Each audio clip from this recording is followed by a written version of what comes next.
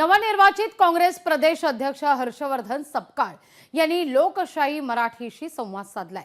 दरम्यान त्यांनी विविध विषयांवर भाष्य केलंय। पाहूया त्यांच्याशी संवाद साधतात आपले प्रतिनिधी संदीप शुक्ला। हर्षवर्धन सपकाळ आपल्या सोबत आहे, आपण त्यांना काही मुद्द्यावर विचारूया। त्याचा राज्य सरकारने 30% कपातीचा निर्णय घेतलाय, 2 लाख कोटीची तूट आहे, काय सांगा?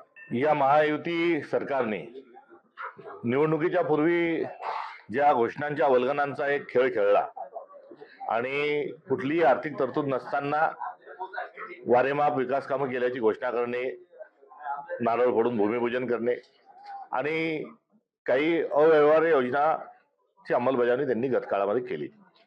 निवडणुकी उत्तर आता परिस्थितीमध्ये वेगळ्या प्रारूपात टिबल इंजिन सरकार, पहिले डबल इंजिन होतं, मग टिबल इंजिन झालं, आता इंजिनाची अदलाबदल झाली।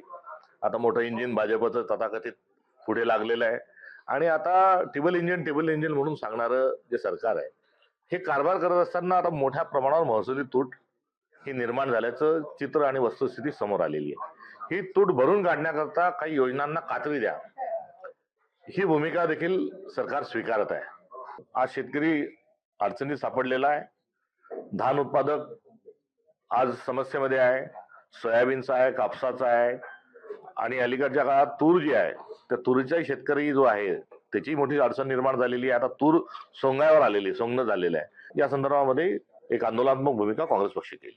लोकशाही मराठीसाठी संदीप शुक्ला, बुलढाणा। लोकशाही मराठी ऐका, पहा, जागरूक रहा।